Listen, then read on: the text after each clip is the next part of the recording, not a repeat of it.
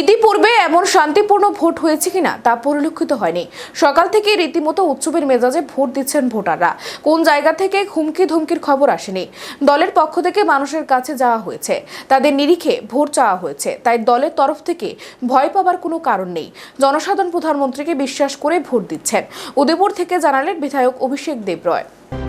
উৎসবের মেজাজে ভোট হচ্ছে। আপনারা সাংবাদিক, আপনারা তো দীর্ঘদিন ধরে সাংবাদিকতা করছেন।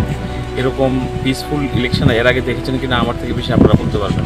কোনো জায়গায় কোনো ধমক বা কোনো কিছু একটা আমি তো শুনতে পারিনি। কালকে আমি যখন আমাদের পুলিশ অফিসারদের সাথে কথা বলছিলাম যে কীরকম অবস্থা, ল অ্যান্ড অর্ডার কী করছে, এরকম নির্বাচন আমরা বিগত দিনে দেখিনি, খুব ভালো হচ্ছে। তো আমরাও চাই মানুষের গণতান্ত্রিক অধিকার প্রয়োগ করুক। আমরা ভালো কাজ করেছি, আমরা কনফিডেন্ট আমরা জিতবো। আর আমাদের ভারতীয় জনতা পার্টির যারা আমরা কর্মীরা আছি, আমাদের মনেও কোনো সংশয় নেই।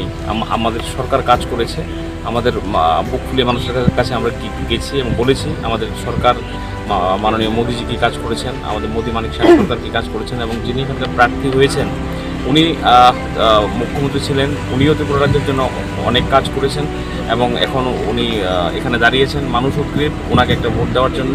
সকাল থেকে উৎসবের মেজাজে ভোট চলছে, মানুষের ভিড় ছোটা থাকে প্রত্যেকটা পোলিং স্টেশন। আপনারা দেখবেন যে সকাল থেকেই একটা বড় লম্বা ভিড়, সেটা উৎসাহ উদ্দীপনা